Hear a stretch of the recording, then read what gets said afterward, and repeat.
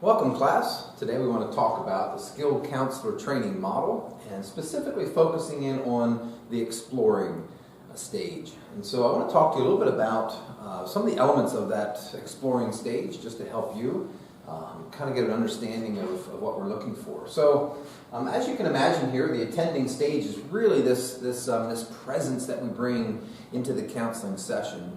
And it's us interacting with a client in a way that draws them in to know that they are being heard, to know that they're being cared about, and to know that what they're sharing with you is really important and valuable, and that you're attending with them. Some of the things that we want to do in order to do that is eye contact. Now, eye contact is always kind of interesting because, well, how much is enough and how much is too much? You know, you've been in a cafe somewhere and you've interacted with someone and they just keep looking at you and their gaze just keeps looking and it feels awkward after a while. It's like, please look away. Same thing is true in a counseling session. So I'm kind of figuring out how much is enough and how much is too much for eye contact. So kind of a general rule of thumb that I have is I have eye contact with my client until the client breaks the gaze, and then that's my cue to step away and sort of break the gaze just a bit as well. When you think about what do you break your gaze from and to, we think about stepping away visually from your client and then refocusing on something else. And so there might be something else in the room that you can kind of fix your gaze on. Possibly it's a notepad, it might be a pen. I personally like a cup of coffee in my hand, and at times I can kind of look down at that. It gives me an opportunity to break my gaze. What we don't want to do, though, is break a gaze for something that they may perceive as more important than them. And you can only imagine what that might be. I don't have my phone on me or my device, but to answer a text would send a strong message that I really don't care what you're saying to me right now. At times I think a laptop might say the same message, so I would be really careful about using electronic media in a counseling session like that. I just don't think it attends very well. So that's eye contact. When you watch your videos, you'll be able to see and evaluate if it's enough, if it's not enough, if it's too much. That'll be an opportunity for you. The next one is body language. Body language is really important. I watched a video most recently where the therapist actually sort of sat back and had kind of a leisurely posture. And I think as I watched the video, it seemed to send a message that, yeah, I'm here, I'm listening, but I'm not all that excited. I watched another video and the therapist really leaned forward, and so as they leaned forward, I think it really sent a message that said, I'm really here for you. I really want to engage with you. And so I think body language really does say a lot. In addition to that is our emotions and how we express them. If I don't know, I should pull this chair over here.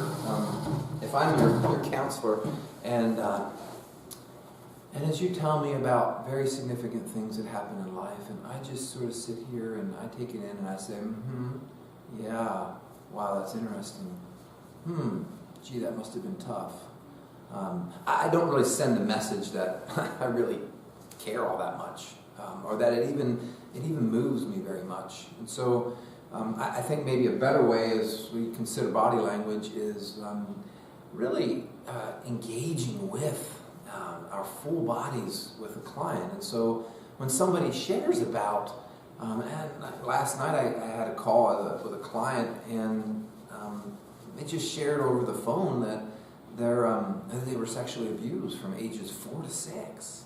And wow, when I hear that, my whole body inside hurts for that little guy when I think about what that little guy went through, and certainly the ramifications of that through life. And so allowing I think the therapist who engages in body language allows that feeling to come out. I think our Lord and Savior evidenced that well, particularly when he said, when the scriptures record that he was moved with compassion. It did something to his inner being as he heard and saw the life that people were experiencing. And so body language really does that same thing. Gerald Egan, a number of years ago, in his text, The Skill Helper, he actually created an acronym called SOLER, S-O-L-E-R. And I think that's probably a good rule of thumb. SOLER. The S stands for, what does the S stand for? Woo! Oh, squarely facing the client.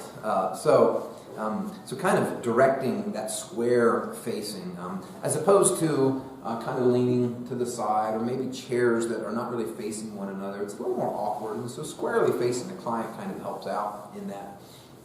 And then that's S, and then O is open posture. So it tends to be more like this. It doesn't mean that all session long you sit there like this. Please share with me. Rather, it's remaining kind of in an open posture. A closed posture, as you can imagine, would just be sort of,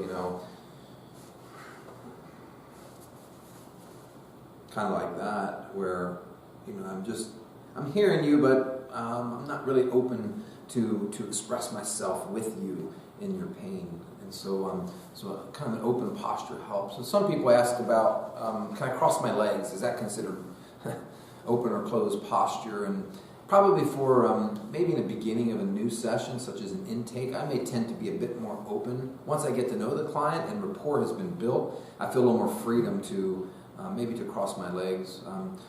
Crossing legs also functions, at least for a guy anyway, it functions in the realm of helping to support a pad.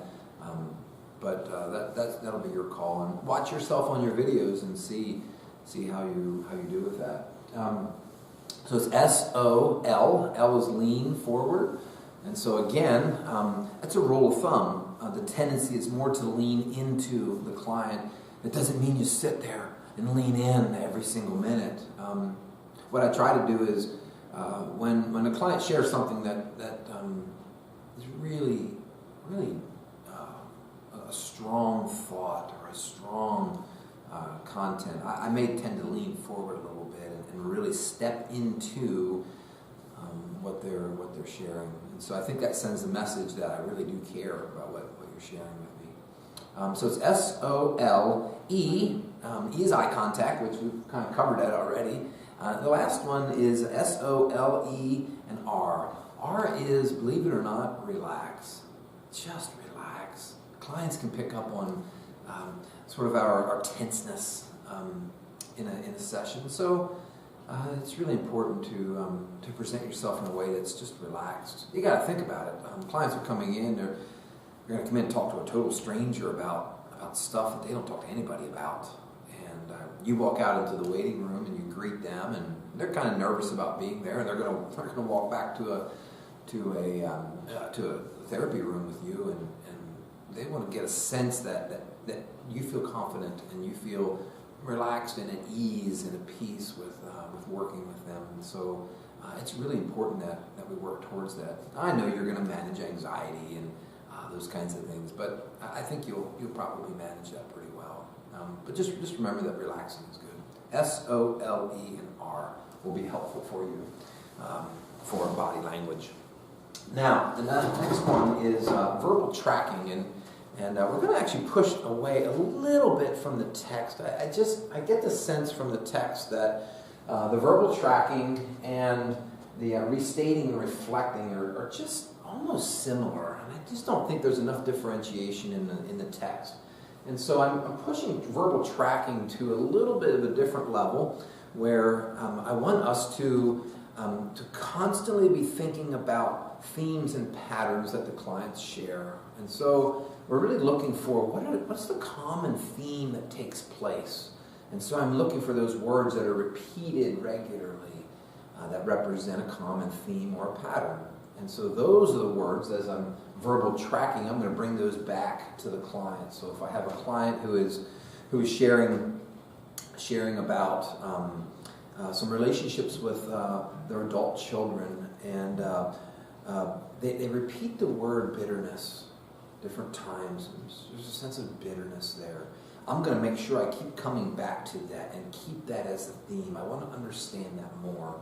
And so my verbal tracking will possibly say the word bitter, or I might look for other words that they've used that are similar to that, that mean the same thing. And so I kind of want to keep them in that theme that they've already presented to me in verbal tracking. So some of our forms actually have a box there, an open box for us to be able to write in what is that word or words that were the verbal tracking for you. And so I'm going to be looking for that. And I know your final, where you're going to do this entire model, actually has that box in there as well. So you'll do well to be thinking about that. The next one is active listening skills. Simply, these are pretty easy. Most of you are pretty familiar with them. Encouraging. Encouraging is just that regular response that keeps a client talking, that lets them know that you're listening. So it might be things like, wow, really? That's interesting. Yeah, whoa. Those types of verbal responses. Now, just like the eye contact, if you make a statement after everything that they say, you're going to watch your video and say, oh, would I just please be quiet? The reality is you want to be able to say encouraging things at times, but manage that. Maybe some of you have been to Shady Maple, 140 feet of buffet. Nice to go there once or twice, but you sure won't want to eat there every single meal. It's just way too much. Same thing here. Encouraging. Know when to provide those encouraging words like wow, really. But know when to just be silent and allow the client to be able to talk. Next one is restating and reflecting. And traditionally, restating is content that they've shared. A little different than verbal tracking because the content here may not necessarily be the theme or the pattern, but it's an important statement that they provided to you. So focused on content. Reflecting, and here's the more challenging one, reflecting focuses more on the feeling side. We tend to do well with the content side of things, but the feeling side, we tend to miss that a lot. I've suggested maybe in the past that there are maybe 3 levels of communication, and that surface level is sort of the factual and the content type level. And so, we might say the Olympics are going to take place in South Korea, and it's just exciting to see that take place. But actually, no, scratch that from the record. That doesn't work. The Olympics are taking place in South Korea, and I could just make that statement. That's a pretty easy statement to say.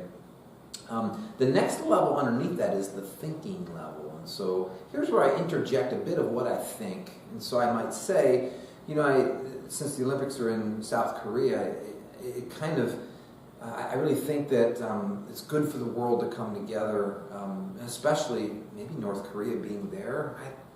It's good for the world to be together, and I think it could be helpful, maybe in some ways. Then the next level underneath that is the emotion, the feeling level, and that might look like, I'm glad that the world's coming together, but there's a nervousness too. And when I see our administration interacting with North Korea, it makes me a bit nervous and anxious inside. And so that's more vulnerable than talking about the fact that the Olympics are in South Korea. Same thing here. It's easier to restate things, and it's more challenging to reflect. And so I'm going to challenge you and encourage you. It's time to reflect things. And so you're listening for those emotional words. And I hope you'll know that those emotional words are actually really a window into what's going on in your client's life. And so it's up to you to really try to engage in that. And so you're listening for those feeling words. So 2 more, clarifying and summarizing. Clarifying is, you're listening and things don't quite add up well for you as you listen to what they've shared. And so you say, well, I heard you say this, but yet I'm also understanding this over here. Just maybe help me understand how they fit together. You're asking for clarity. And that's a good thing to do. The next one is summarizing. So you've heard, a fair amount of information, and And it's a good time for you to step in and say, if I get this right, you had said this, and then you went over here, and then it provided this, and so that sort of makes sense to me. And the client says, yeah. The client says in their own lives or in their own mind, they say, this counselor understands me. I think they get it. Not many others get it, but this particular individual gets it. So that's what we want to be able to communicate with clarifying and summarizing. The last one is questioning. This is always an interesting one. Our tendency is to fire away at closed questions. And closed questions just elicit a yes or a no response. And when we do our training in class, I'm going to say up front, if somebody, during one of our mock sessions, if somebody provides a closed question, give them a closed answer. And don't give them anything more than that. Give them a closed answer.